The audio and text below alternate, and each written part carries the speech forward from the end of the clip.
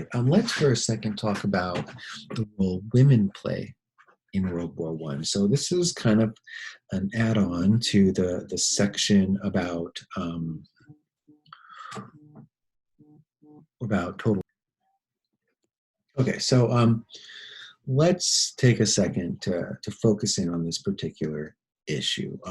We know that historically, especially over the last, let's call it, 1,000, 1,500 years in Europe and in the West, in the United States, women had been held down. They had not had anything close to equal rights, to equality, to fair treatment, to anything of the sort.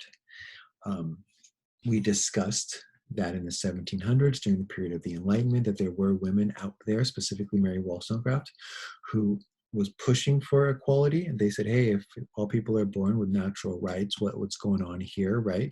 Why don't we have natural rights? We also discussed that in the late 1800s, we had the suffragist movement. Some call this the first wave of feminism, others call it the second wave, where women were fighting for the right to vote. And let's face it, in a democracy, the right to vote is equality. If you give that to someone, then their voice is equal to my voice. And if they organize and gather votes and can support a particular candidate, then that person can come in and can push for the laws that these people want. So the right to vote is enormous in a democracy. So all the while that this slow march towards equality was going on at the grassroots level, on the ground, by women, by suffragists, trying to work for, to organize, to get leaders to support their movement, it wasn't happening yet. And then World War I hits. And all of a sudden, all of the men in Europe and in the United States, or a huge chunk of working age men, are now being asked to go to fight. I think I saw a number where there was 4.5 million Americans fought in their 6 months of World War I. And of course, they had to be trained. This probably took another 6 months. And then there was maybe another 6 months to a year after, when there was kind of occupying and or just not being home, okay, being involved still in the war effort. So what happened was that someone needed to take these jobs. And women had already been working, but in women's jobs, right, in jobs that were not considered equal, or in factory jobs where they could be paid less for doing the same that a man could do. But now women are going to step up and take all the jobs. They're going to take these 4.5 million jobs, and they're going to be incredibly successful at this.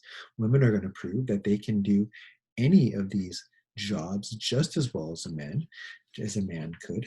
Women are going to step into the factories. They're going to step into the workplaces, into the marketplace, into sales, and into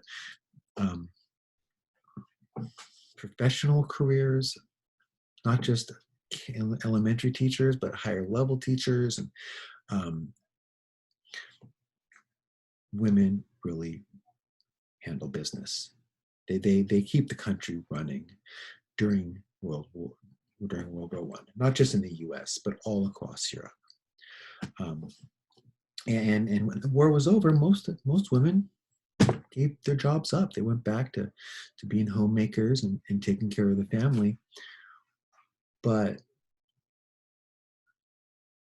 all of a sudden, during this period, we're going to see that women get the right to vote. That in 1920, women get the right to vote in the United States. And in Austria and Germany, women immediately get the right to vote.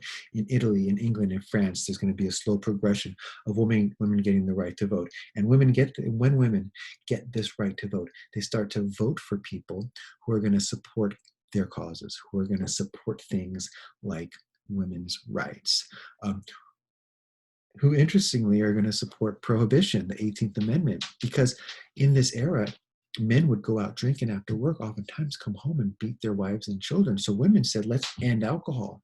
So we saw the 18th Amendment to the Constitution passed in 1919, which banned alcohol. This is an example of women pushing hard, choosing people, proving themselves, and having success in legislation.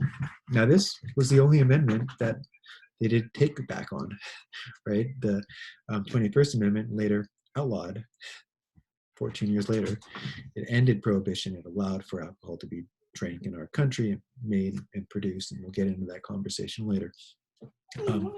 But yeah, women step up, they handle the business of the country during this period, and they are rewarded with the right to vote.